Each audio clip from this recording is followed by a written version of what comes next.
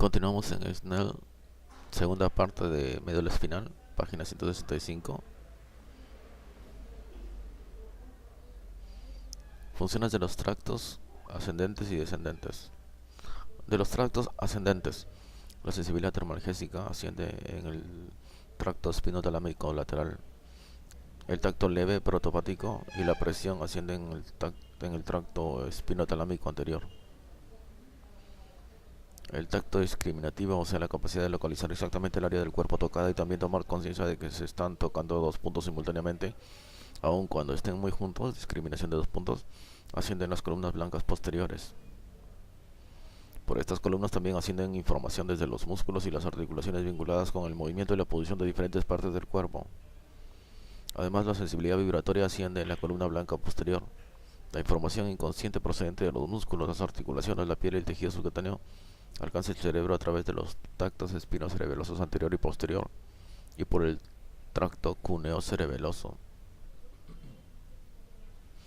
La información relacionada con el dolor, la temperatura y el tacto es conducida hacia el colículo superior del mesencéfalo a través del tracto espinotectal con el propósito de despertar reflejos espinovisuales. El tracto espino-reticular representa una vía que va desde los músculos, las articulaciones y la piel hasta la formación reticular, mientras que el tracto espino-olivar es una vía indirecta para que llegue al cerebelo más información aferente. Vías para el dolor y la temperatura, tracto espinotalámico lateral. Muchas descripciones actuales de los tractos ascendentes combinan los tractos espinotalámico lateral y anterior como un único tracto, porque se encuentran uno junto al otro. La vía combinada se conoce como sistema anterolateral. Los tractos ascendentes en la columna blanca posterior también se han denominado sistema lemniscal. El tracto espinotalámico lateral, los receptores de la temperatura y el dolor presentes en la piel y otros tejidos son terminaciones nerviosas libres. Los impulsos dolorosos son transmitidos hacia la médula espinal en fibras de tipo A delta, de conducción rápida, y fibras tipo C de conducción lenta. Las fibras de conducción rápida alertan al individuo ante un dolor agudo inicial y las fibras de conducción lenta son responsables del dolor quemante prolongado. Las sensaciones de calor y frío también viajan a través de fibras A, delta y C. Corte transversal de la médula espinal que muestra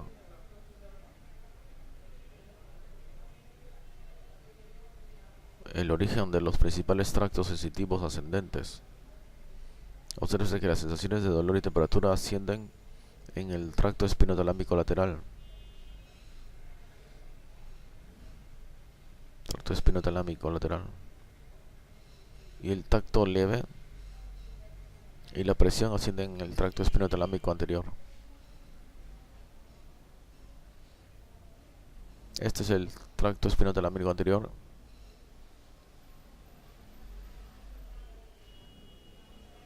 El tracto espinocerebeloso posterior. El tracto espinotalámico lateral. El tracto espinocerebeloso anterior. El tracto espinoolivar.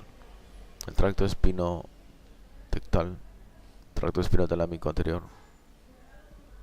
La neurona motora inferior. Información cutánea propioceptiva hacia el cerebelo. Color amarillo. Sinapsis. Va a través del tracto espinoolivar.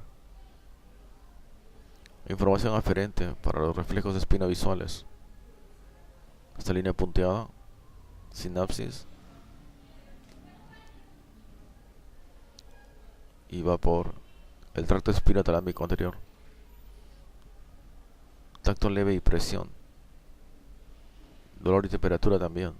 Línea continua. También por el tracto espinotalámico anterior.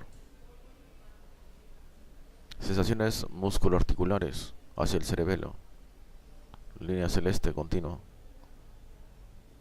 Va por los tractos espinotalámico lateral y espinocerebeloso anterior. El tracto discriminativo, sentido de vibración y sensibilidad musculoarticular consciente.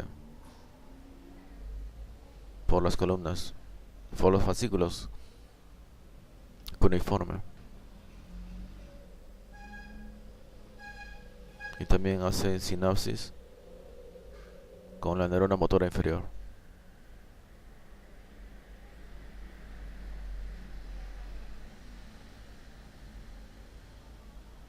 Los axones que entran en la médula espinal desde el ganglio de la raíz posterior prosiguen hacia la punta de la columna gris posterior y se dividen en ramos ascendentes y descendentes. Estos ramos discurren a una distancia de uno o dos segmentos de la médula espinal y forman el tracto posterolateral de Lissauer. Estas fibras de la neurona de primer orden terminan estableciendo sinapsis con células de la columna gris posterior que incluyen células de la sustancia gelatinosa. Se cree que la sustancia P, un péptido, es el neurotransmisor en esta sinapsis. A continuación, los axones de las neuronas de segundo orden cruzan en dirección obliqua hacia el lado opuesto en las composturas gris y blanca anteriores dentro de un segmento medular y ascienden en la columna blanca contralateral como el tracto espinotalámico lateral. El tracto espinotalámico lateral se ubica por dentro del tracto espinocerebeloso anterior. A medida que el tracto espinotalámico lateral asciende a través de la médula espinal, se agregan nuevas fibras a la cara anteromedial del tracto, de modo que en los segmentos cervicales superiores de la médula las fibras sacras son laterales y los segmentos cervicales son mediales. Las fibras que conducen sensaciones dolorosas están situadas ligeramente por delante de las que conducen la temperatura. Cuando el tracto espinotalámico lateral asciende a través del bulbo raquídeo, se ubica cerca de la superficie lateral y entre el núcleo olivario inferior y el núcleo del tracto espinal del nervio trigémino. Ya está acompañado por el tracto espinotalámico anterior y el tracto espinotectal. Juntos forman el lemnisco espinal. El lemnisco espinal sigue ascendiendo a través de la porción posterior de la protuberancia. En el mesencéfalo se ubica en el tegmento por fuera del lemnisco medial. Muchas de las fibras del tracto espinotalámico lateral terminan estableciendo sinapsis con la neurona de tercer orden en el núcleo ventral posterolateral del tálamo. Se cree que es aquí donde se aprecian las sensaciones dolorosas y térmicas protopáticas y se inician las reacciones emocionales. Los axones de las neuronas de tercer orden en el núcleo ventral posterolateral del tálamo pasan entonces por el brazo posterior de la cápsula interna y la corona radiada para alcanzar el área somestésica en la circunvolución postcentral de la corteza cerebral. La mitad contralateral del cuerpo se representa invertida, con la mano y la boca ubicadas en la parte inferior y la pierna situada más arriba y el pie y la región anogenital sobre la superficie medial del hemisferio. Desde aquí la información es transmitida a otras regiones de la corteza cerebral para ser utilizada por áreas motoras y el área de asociación parietal.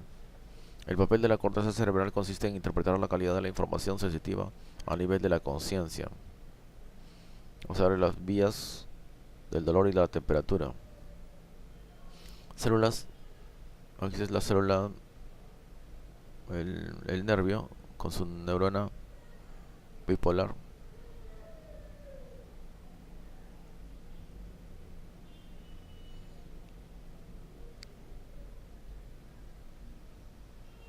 Células de la sustancia gelatinosa aquí hacen sinapsis.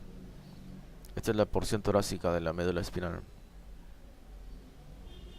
es decir, tal vez miembros superiores. Porción inferior del bulbo raquídeo.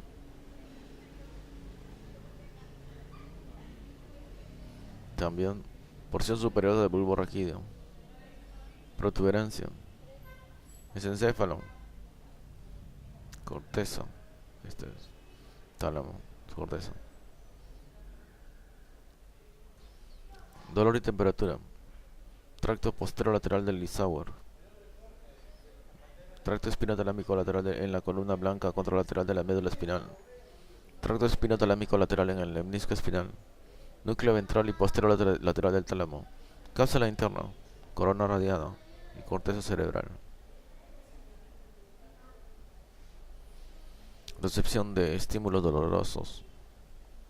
La percepción de dolor es un fenómeno complejo influido por el estado emocional y las experiencias pasadas del individuo. El dolor es una sensación que advierte acerca de una lesión potencial y alerta a la persona para que la evite o la trate. El dolor puede dividirse en dos tipos principales, dolor rápido y dolor lento. El dolor rápido se expresa aproximadamente 0,1 segundo después de aplicado el estímulo doloroso. El dolor lento se percibe un segundo más de un segundo después de la estimulación. El dolor rápido es descrito por el paciente como un dolor punzante, un dolor agudo o pinchazos y es el tipo de dolor que se percibe después de pincharse un dedo de la mano con una aguja. El dolor rápido está casi limitado a la piel. El dolor lento se describe como un dolor quemante, sordo o pulsátil y se produce cuando hay destrucción tisular, por ejemplo en el desarrollo de un absceso o la artritis grave. El dolor lento puede presentarse en cualquier tejido del cuerpo. Todos los tipos de recepción de tejidos de estímulos dolorosos ocurren en las terminaciones nerviosas libres. El dolor rápido es provocado por estímulos de tipo mecánico o térmico y el dolor lento puede ser producido por un estímulos mecánico, térmicos y químicos. Se han hallado muchas sustancias químicas en extractos del tejido dañado que excitan las terminaciones nerviosas libres. Estas sustancias incluyen serotonina, histamina, bradycinina, ácidos, por ejemplo el ácido láctico y iones de potasio. El umbral de las terminaciones del dolor puede ser reducido por las prostaglandinas y la sustancia P, pero estas no pueden estimular directamente las terminaciones. El individuo debe estar consciente de la existencia de estímulos que, si se permite que persistan, pueden producir destrucción tisular. Los receptores para el dolor tienen poca adaptación o ninguna. Conducción del dolor hasta el sistema nervioso central.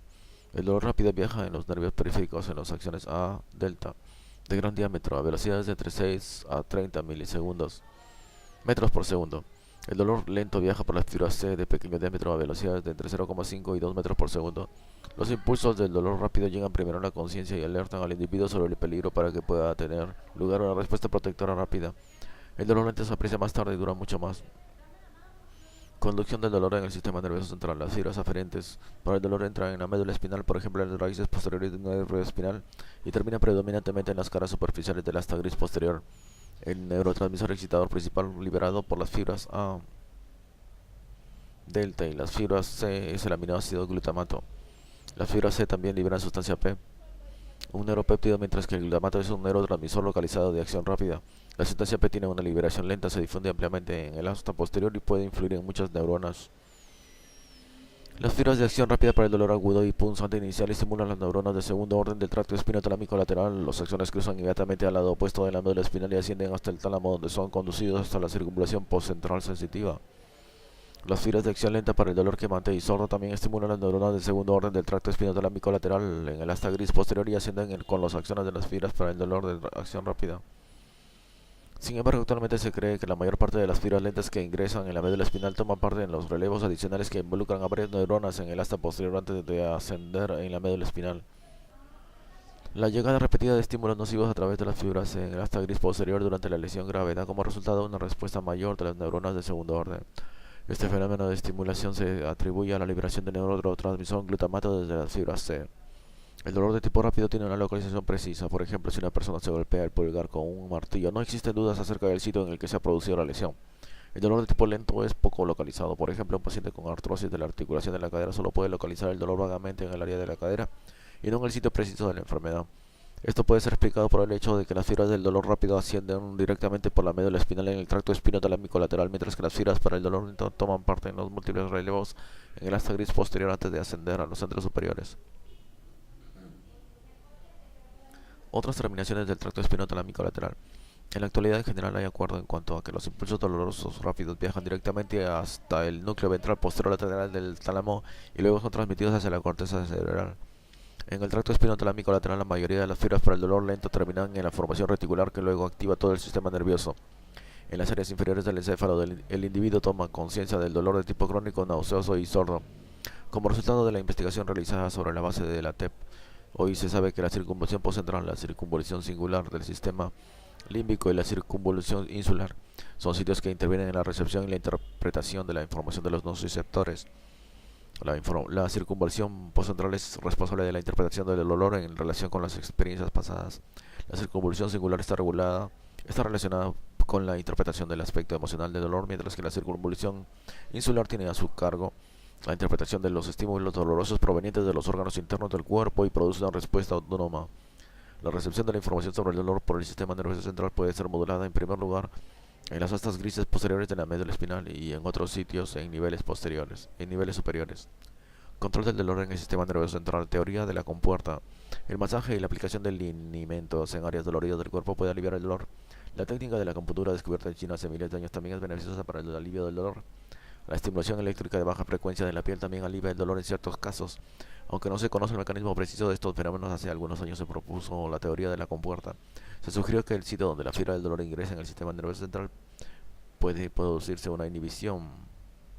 En el sitio donde la fibra del dolor ingresa en el sistema nervioso central puede producirse una inhibición por medio de neuronas conectoras excitadas por grandes fibras aferentes mielínicas que transmiten información no dolorosa de tacto y presión. La estimulación táctil excesiva producida por ejemplo por el masaje cierra la compuerta del dolor. Sin embargo, y una vez que cesa el estímulo táctil no doloroso, la compuerta se abre y la información sobre los estímulos dolorosos asciende en el tracto espinotalámico lateral.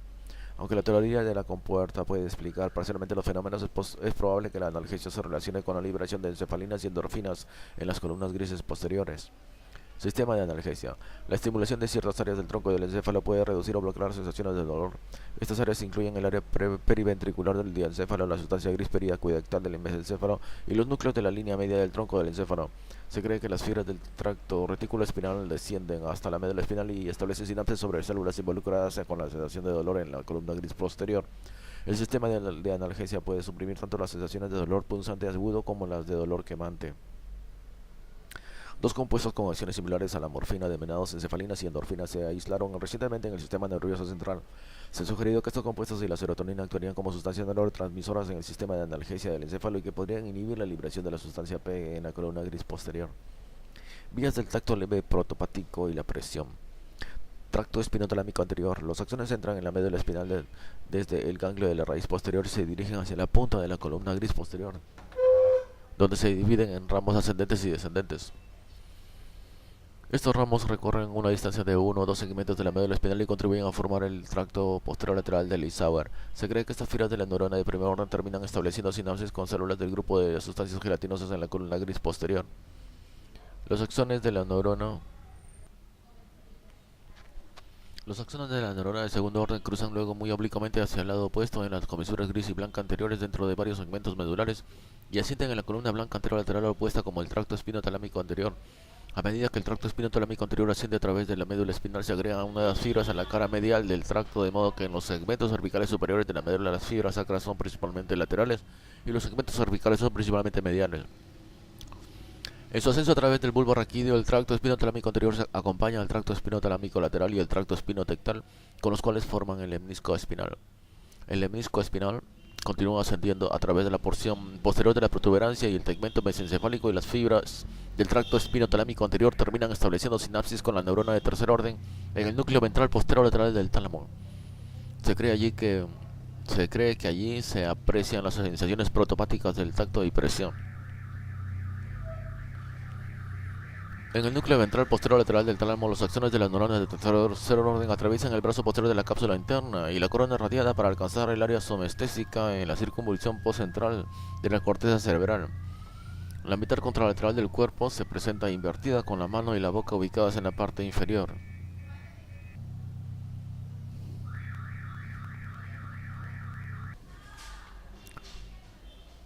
Como ya se ha descrito, la apreciación consciente del tacto y la presión dependen de la actividad de la corteza cerebral. Las sensaciones solo pueden localizarse en forma aproximada y es muy poca la discriminación de intensidad. Vamos a ver esta figura. Vías para el tacto leve y presión. Células de la sustancia gris gelatinosa, porción torácica de la médula espinal, porción inferior del bulbo raquídeo, porción superior del bulbo raquídeo, protuberancia, mesencéfalo, corteza. Sensaciones de tacto leve y presión, tracto posterolateral de Lissauer, tracto espinotalámico anterior en la columna blanca anterolateral contralateral de la médula espinal, tracto espinotalámico anterior en el lemnisco espinal, núcleo ventral posterolateral del tálamo, cápsula interna, corona radiada, corteza cerebral.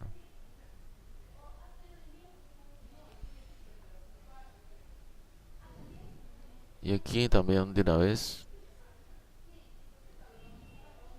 vías del tacto discriminativo, la sensibilidad vibratoria y la sensación consciente de músculos y articulaciones.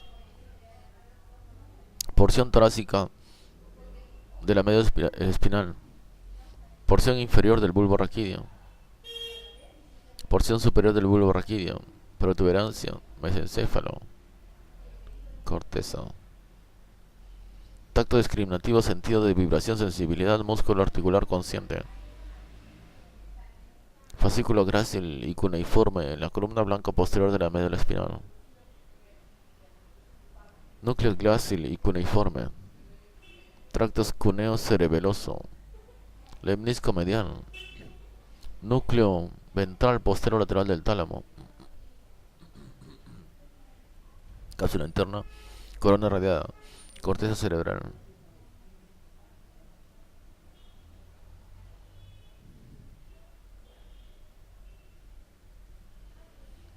Tracto discriminativo, sentido de vibración y sensación consciente de músculos y articulaciones, columna blanca posterior, fascículo grácil y fascículo cuneiforme.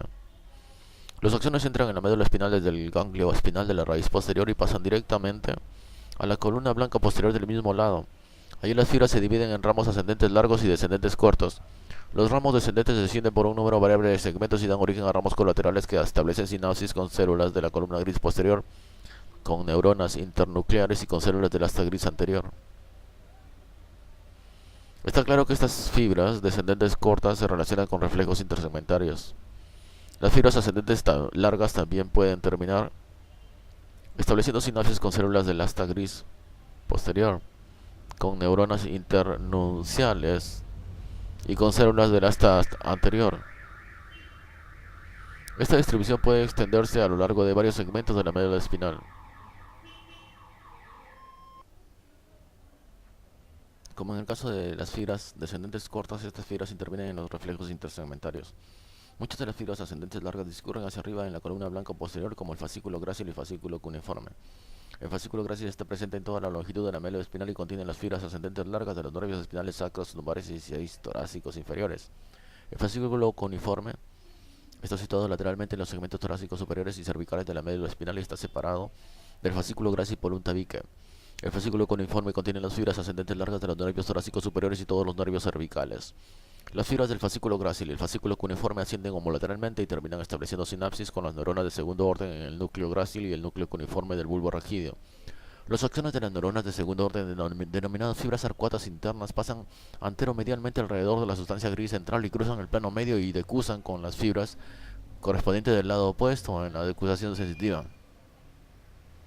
Luego las fibras ascienden como un haz compacto único, el lemnisco medial, a través del bulbo raquídeo, la protuberancia y el mesencéfalo. Y las fibras terminan formando sinapsis con las neuronas de tercer orden en el núcleo ventral posterior lateral del tálamo. Los axones de la neurona de tercer orden salen y atraviesan el brazo posterior de la cápsula interna y la corona radiada para alcanzar el área somestésica en la circunvolución postcentral de la corteza cerebral. La mitad contralateral del cuerpo se representa invertida con la mano y la boca ubicadas hacia abajo, como ya se ha descrito. De esta forma pueden apreciarse las impresiones del tacto con gradaciones finas de intensidad, localización exacta y discriminación de 2 puntos. Pueden reconocerse conscientemente las vibraciones y la posición de diferentes partes del cuerpo. En el fascículo cuneiforme, muchas fibras provenientes de los segmentos cervicales y torácicos superiores, después de terminar en las neuronas de segundo orden del núcleo cuneiforme, hacen relevo y siguen como axones de las neuronas de segundo orden hasta entrar en el cerebelo a través del pedúnculo cerebeloso inferior del mismo lado. La vía se denomina tracto cuneo-cerebeloso y las fibras se conocen como fibras arcuatas externas posteriores. La función de estas fibras es transmitir información del cerebelo sobre las sensaciones de los músculos y las articulaciones. Vías por las que llegan al cerebelo las sensaciones procedentes de los músculos y las articulaciones. Tracto espinocerebeloso posterior. Los axones que entran en la médula espinal desde el ganglio de la raíz posterior ingresan en la columna gris posterior y terminan estableciendo sinapsis con las neuronas de segundo orden en la base de la columna gris posterior. Estas neuronas se conocen en conjunto como el nombre de núcleo dorsal, columna de Clark. Los axones de la neurona de segundo orden ingresan en la porción posterior lateral de la columna blanca lateral del mismo lado y ascienden como tracto espinocerebeloso posterior hasta el bulbo raquídeo. Allí el tracto se une al pedúnculo cerebeloso inferior y termina en la corteza cerebelosa. Obsérvese que no asciende hasta la corteza cerebral, dado que el núcleo dorsal, columna de Clark, solo se extiende desde el octavo segmento cervical caudalmente hasta el segmento lumbar tercero o cuarto. Los axones que entran en la médula espinal desde las raíces posteriores de los segmentos lumbares inferiores y sacros ascienden por la columna blanca posterior hasta que alcanzan el tercero o cuarto segmento lumbar, donde entran en el núcleo dorsal. Las fibras espinocerebelosas posteriores reciben información de los músculos y las articulaciones desde los usos musculares, los órganos tendinosos y los receptores articulares del tronco y los miembros inferiores. Esta información relativa a la tensión de los tendones musculares y a los movimientos de los músculos y las articulaciones es utilizada por el cerebelo en la coordinación de los movimientos de los miembros y el mantenimiento de la postura. Espinocerebeloso anterior. Los axones que entran en la médula espinal desde el ganglio de la raíz posterior terminan estableciendo sinapsis con las neuronas de segundo orden en el núcleo dorsal a la altura de la base de la columna gris posterior. La mayoría de las acciones de las neuronas de segundo orden cruzan hacia el lado opuesto y ascienden como tracto espinocerebeloso anterior en la columna blanca contralateral. La minoría de las acciones ascienden como tracto espinocerebeloso anterior en la columna blanca lateral del mismo lado. Las fibras que habían ascendido a través del bulbo rígido y la protuberancia entran en el cerebelo a través del pedúnculo cerebeloso superior y terminan en la corteza cerebelosa. Se cree que las fibras que cruzan hacia el lado opuesto en la médula espinal vuelven a cruzarse dentro del cerebelo. El tracto espinocerebroso anterior transmite información relacionada con los músculos y las articulaciones desde los usos musculares y los órganos tendinosos y los receptores articulares del tronco y los miembros superiores e inferiores. También se cree que el cerebelo recibe información por este tracto desde la piel y la fascia superficial. Vamos a ver este cuadro.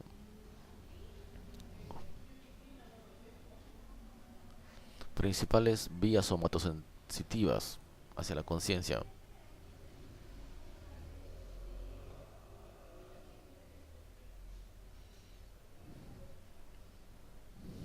Sensación, receptor, neurona de primer orden, neurona de segundo orden, neurona de tercer orden, vía y destino. Dolor y temperatura, receptor de terminaciones nerviosas libres. Neurona de primera, ganglio de la raíz posterior. Segundo, sustancia gelatinosa. Tercero, núcleo ventral posterior lateral del tálamo. Vías espinotalámica lateral, lemnisco espinal. Destino, circunvolución central posterior. Tacto leve y presión. Terminaciones nerviosas libres. Primera, ganglio de la raíz posterior. Segundo, sustancia gelatinosa. Tercero, núcleo ventral posterior lateral del tálamo. Vías espinotalámica anterior, lemnisco espinal. Circunvolución central posterior. Tacto discriminativo, sensibilidad vibratoria, sensación consciente de músculos y articulaciones. Corpúsculos de Meissner, corpúsculos de Pacini, usos musculares, órganos tendinosos. Primero, ganglio de la raíz posterior. Segundo, núcleo grácil y cuneiforme. Tercero, núcleo ventral posterior lateral del tálamo. Vías, fascículos grácil y cuneiforme, lemnisco medial. Destino, circunvolución central posterior. Todas las vías ascendentes envían ramas al sistema activador reticular.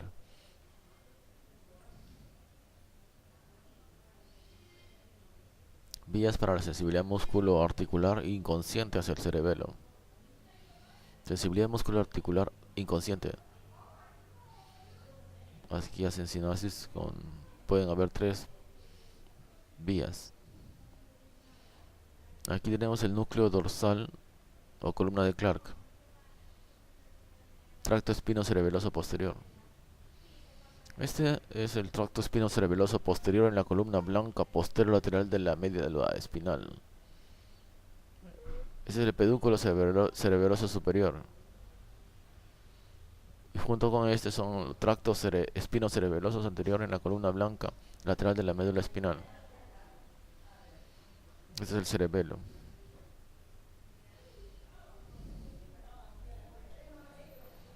Vías por las que llega al cerebelo la información relativa a la sensibilidad musculoarticular.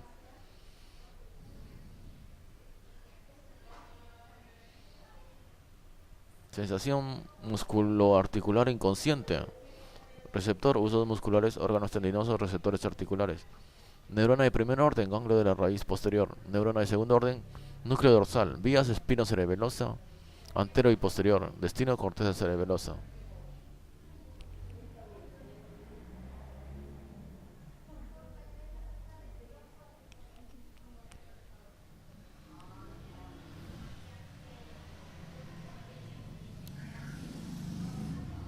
Tracto espinocerebeloso anterior. Las acciones que entran en la médula espinal desde el ganglio de la raíz posterior terminan estableciendo sinapsis con la neurona de segundo orden en el núcleo dorsal a la altura de la base de la columna gris posterior. La mayoría de las acciones de las neuronas de segundo orden cruzan hacia el lado opuesto y ascienden como tracto espinocerebeloso anterior en la columna blanca contralateral.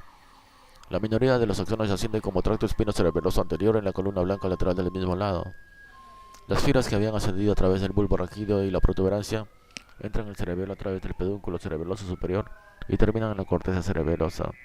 Se cree que las fibras que cruzan hacia el lado opuesto en la médula espinal vuelven a cruzarse dentro del cerebelo. El tracto espinocerebeloso anterior transmite información relacionada con los músculos y las articulaciones, desde los usos musculares, los órganos tendinosos y los receptores articulares del tronco y los miembros superiores e inferiores. También se cree que el cerebelo recibe información de este tracto desde la piel y la fascia superficial. Las vías que llevan el cerebelo hacia el cerebelo, la información relativa a la sensibilidad de los músculos y las articulaciones se resume en el cuadro. Tracto cuneo cerebeloso. Estas fibras ya se han descrito en la página 163, se originan en el núcleo cuneiforme. Entran en el cerebelo y a través del pedúnculo cerebeloso inferior del mismo lado. Las fibras se conocen como fibras arcuatas externas posteriores y su función es transmitir información al cerebelo sobre la sensibilidad musculoarticular. Otras vías ascendentes, tracto espinotectal. Los axones entran en la médula espinal desde el ganglio de la raíz posterior y van hasta la sustancia gris, donde establece sinapsis en neuronas de segundo orden desconocidas. Los axones de las neuronas de segundo orden cruzan el plano medio y ascienden como el tracto espinotectal en la columna blanca anterolateral cerca del tracto espinotalámico lateral. Después de atravesar el bulbo raquídeo y la protuberancia terminan estableciendo sinapsis con neuronas en el colúculo superior del mesencéfalo. Esta vía proporciona información aferente para los reflejos espinovisuales y provoca movimientos de los ojos y la cabeza hacia la fuente del estímulo. Tracto espino-reticular. Los axones entran en la médula espinal desde el ganglio de la raíz posterior y terminan en las neuronas de segundo orden desconocidas en la sustancia gris. Los axones de estas neuronas de segundo orden ascienden por la médula espinal como tracto espino-reticular en la columna blanca lateral mezclados con el tracto espinotalámico lateral. La mayoría de las fibras son directas y terminan estableciendo sinapsis con la neurona de formación reticular en el bulbo raquídeo, la protuberancia y el mesencéfalo. El tracto espino-reticular proporciona una vía aferente para la formación reticular, la que desempeña un papel importante por su influencia en los niveles de conciencia. Tracto espino-olivar. Los axones entran en la médula espinal desde el ganglio de la raíz posterior y terminan en las neuronas de segundo orden desconocidas en la columna gris posterior. Los axones de las neuronas de segundo orden cruzan la línea media y ascienden como tracto espino-olivar en la sustancia blanca a nivel de la unión de las columnas anterior y lateral. Los axones terminan por sinapsis en neuronas de tercer orden en los núcleos olivares inferiores, en el bulbo raquídeo. Los axones de la neurona de tercer orden cruzan la línea media y entran en el cerebelo a través de los pedúnculos cerebeloso inferior. El tracto espino-olivar transmite información al cerebelo desde los órganos cutáneos y propioceptivos. Tractos sensitivos viscerales. Las sensaciones que se originan en las vísceras ubicadas en el tórax y el abdomen entran en la médula espinal a través de las raíces posteriores. Los cuerpos de las neuronas de primer orden se hallan en los ganglios de la raíz posterior. Las prolongaciones periféricas de estas células reciben impulsos nerviosos de las terminaciones receptoras de dolor y estiramiento en las vísceras. Las prolongaciones centrales, una vez dentro de la médula espinal, establecen sinapsis con neuronas de segundo orden en la sustancia gris, probablemente en las columnas grises posteriores o laterales. Se cree que los axones de las neuronas de segundo orden se unen con los tractos espinotalámicos, se ascienden y terminan en las neuronas de tercer orden, en el núcleo ventral posterior lateral del tálamo. El destino final de los axones de las neuronas de tercer orden probablemente sea la circunvalación postcentral de la corteza cerebral. Las causas del dolor visceral incluyen isquemia, daño por sustancias químicas, espasmo del músculo y distensión.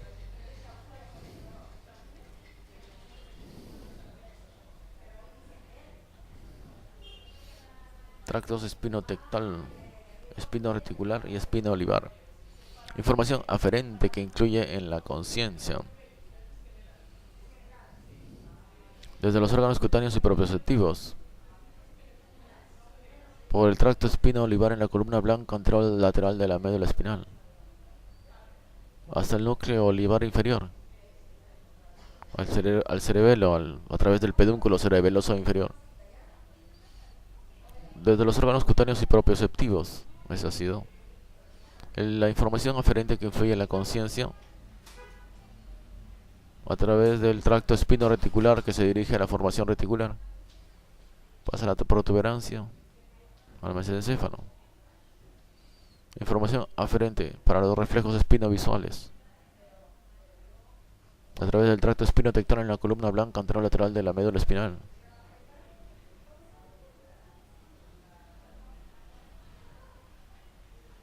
Al colículo superior.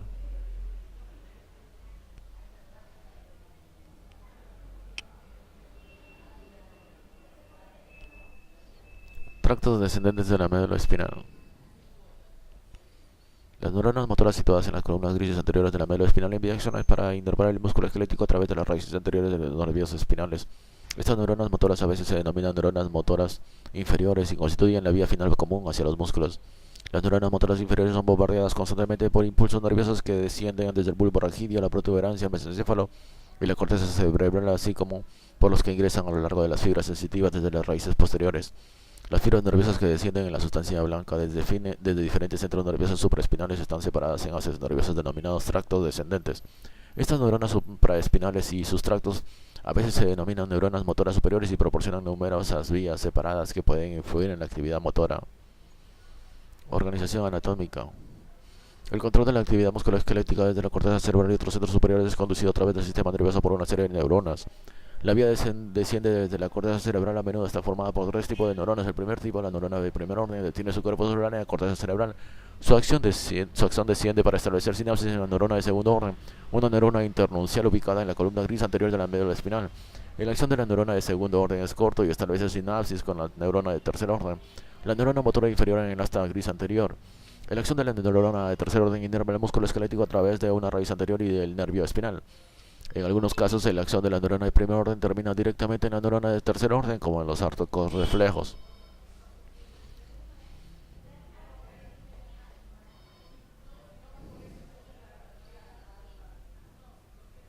Forma simple de una vía motora que desciende desde la corteza cerebral hasta el músculo esquelético.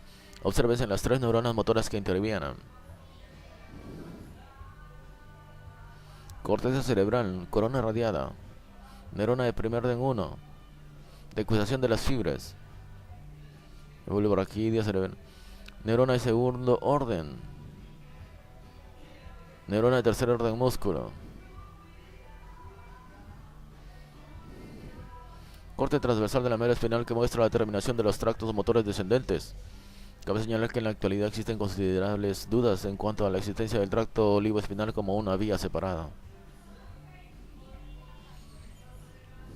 El tracto rubroespinal, tracto corticoespinal lateral, tracto olivoespinal, tracto vestíbuloespinal, tracto tectoespinal, tracto corticoespinal anterior, neurona motora inferior, vía final común.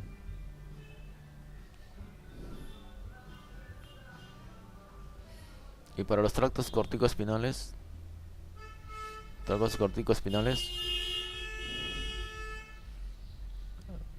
tenemos desde la corteza al mesencéfalo, protuberancia, porción superior del bulbo raquídeo, porción inferior del bulbo raquídeo.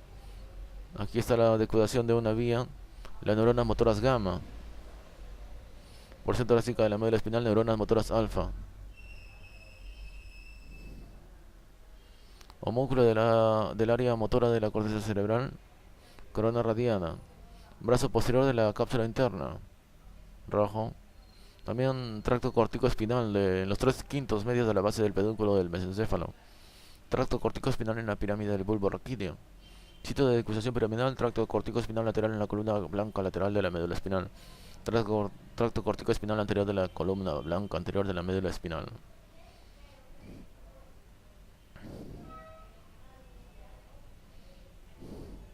Funciones de los tractos descendentes. Los tractos corticoespinales son las vías vinculadas con los movimientos voluntarios aislados y especializados, en particular con los de las partes distales de los miembros. Los tractos reticoespinales pueden facilitar o inhibir la actividad de las neuronas motoras alfa y gamma en las columnas grises anteriores y por ende pueden facilitar o inhibir el movimiento voluntario o la actividad refleja. El tracto tectoespinal está vinculado con los movimientos posturales reflejos en respuesta a estímulos visuales. Las fibras asociadas con las neuronas simpáticas en la columna gris lateral están relacionadas con el reflejo de dilatación pupilar en respuesta a la oscuridad. El tracto rubroespinal actúa sobre las neuronas motoras alfa y gamma ubicadas en las columnas grises anteriores y facilita la actividad de los músculos flexores e inhibe la de los músculos extensores o antigravitacionales. El tracto vestíbuloespinal, que actúa sobre las neuronas motoras en las columnas grises anteriores, facilita la actividad de los músculos extensores, inhibe la actividad de los músculos flexores y se vincula con la actividad postural asociada con el equilibrio. El tracto olivoespinal podría desempeñar un papel en la actividad muscular, pero se duda de su existencia. Las fibras autónomas descendentes están relacionadas con el control de la actividad visceral. Tractos corticoespinales. Las fibras del tracto corticoespinal surgen como acciones de las células piramidales situadas en la quinta capa de la corteza cerebral. Aproximadamente un tercio se origina en la corteza motora primaria, un tercio área 4, un tercio en la corteza motora secundaria área 6 y un tercio tiene su origen en el lóbulo parietal áreas 3, 1 y 2. Por ende, 2/3 de las fibras se originan en la circunvolución precentral y un tercio se origina en la circunvolución postcentral. Dado que la estimulación eléctrica de diferentes partes de la circunvolución precentral produce movimientos de distintas partes del lado opuesto del cuerpo, las partes del cuerpo en esta área de la corteza pueden representarse Este músculo se muestra en la figura. Obsérvese que la región que controla la cara se ubica en la parte inferior y la que controla el miembro inferior se ubica en la parte superior sobre la superficie medial del hemisferio. El homúnculo es un cuadro distorsionado del cuerpo porque las diversas partes tienen un tamaño proporcional al área de la corteza cerebral dedicada al control. Es interesante destacar que la mayoría de las fibras corticoespinales son mielínicas y pequeñas con una conducción relativamente lenta. Las fibras descendentes convergen en la corona radial y luego atraviesan el brazo posterior de la cápsula interna. Allí las fibras están organizadas de tal modo que las que se encuentran más cerca de la rodilla se vinculan con porciones cervicales. Estas fibras no controlan la actividad motora pero influyen en las aferencias sensitivas hacia el sistema nervioso. Allí las fibras están organizadas de tal modo que las que se encuentran más cerca de la rodilla se vinculan con las porciones cervicales del cuerpo, mientras que las situadas más posteriormente se vinculan con el miembro inferior. Luego el tracto continúa a través de los 3/5 centrales de la base del pedúnculo del mesencéfalo, donde las fibras vinculadas con las porciones cervicales del cuerpo están situadas medialmente, mientras que las relaciones con la pierna se ubican lateralmente. Al ingresar en la protuberancia, el tracto es separado en muchos haces por las fibras pontocerebrosas transversas. En el bulbo raquídeo las haces se reúnen a lo largo del borde anterior para formar un ensanchamiento conocido como pirámide, de ahí el nombre alternativo de tracto piramidal. En la unión del bulbo raquídeo y la médula espinal, la mayoría de las fibras cruzan la línea media en la decusación piramidal e ingresan en la columna blanca lateral de la médula espinal para formar el tracto corticoespinal lateral. Las fibras restantes no se cruzan en la decusación, sino que se descienden en la columna blanca anterior de la médula espinal como el tracto corticoespinal anterior. Estas fibras finalmente cruzan la línea media y terminan en la columna gris anterior de los segmentos de la médula espinal en las regiones cervical y torácica superior. El tracto corticoespinal lateral desciende por toda la longitud de la médula espinal. Sus fibras terminan en la columna gris anterior de todos los segmentos de la médula. La mayoría de las fibras corticoespinales establecen sinapsis con neuronas internunciales, las que a su vez lo hacen con neuronas motoras alfa y algunas neuronas motoras gamma. Solo las fibras corticoespinales más grandes establecen sinapsis directamente en las neuronas motoras.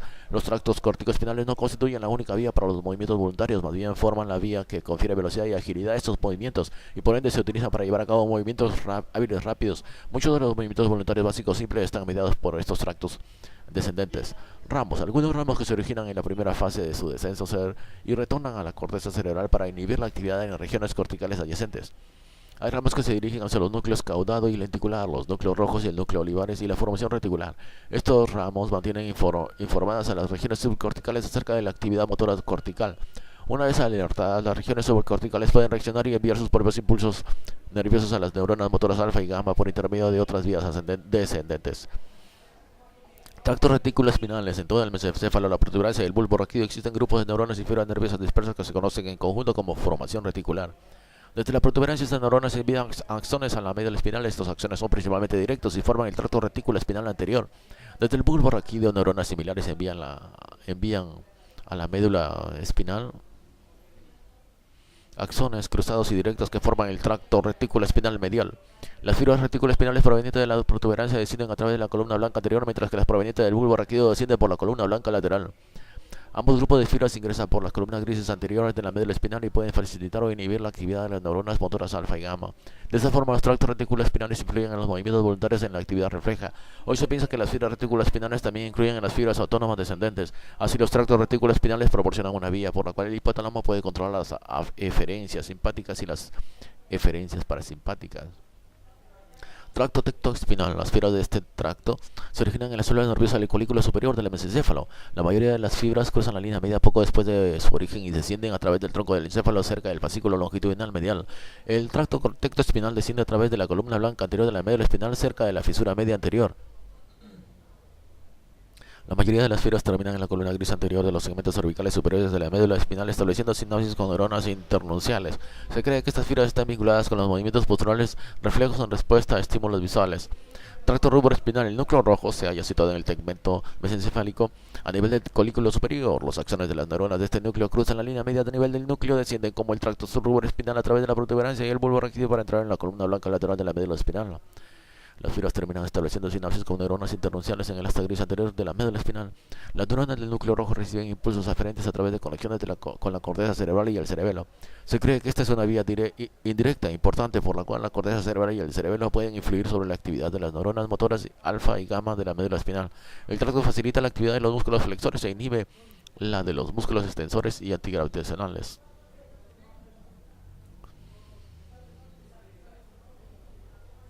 Tractos retículoespinales. Neurona motora inferior. Entonces, el tálamo, núcleo rojo, aquí está pues su nombre, mesencéfalo, protuberancia, núcleos cerebelosos profundos, formación reticular,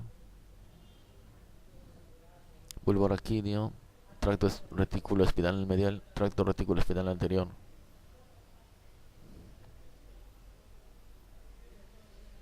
El tracto tectoespinal, neurona motora inferior. Tracto es el tracto tectoespinal. Colícula superior, entonces, ojo, mesencéfalo, tracto tectoespinal en la columna blanca anterior de la médula espinal. El tracto rubroespinal,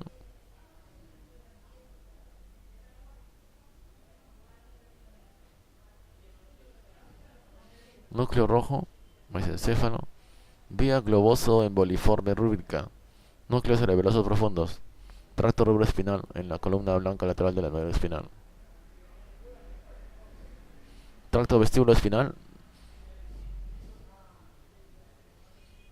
cerebelo, núcleo cerebeloso profundo, vestibular, núcleo vestibular lateral, tracto vestíbulo espinal en la columna blanca anterior de la médula espinal.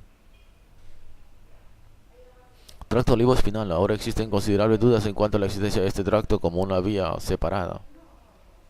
Corteza, globo pálido, núcleo rojo, tracto descendente desde los centros superiores, núcleo olivar inferior, tracto espinal olivar ascendente, tracto olivoespinal en la columna blanca anterior de la médula espinal.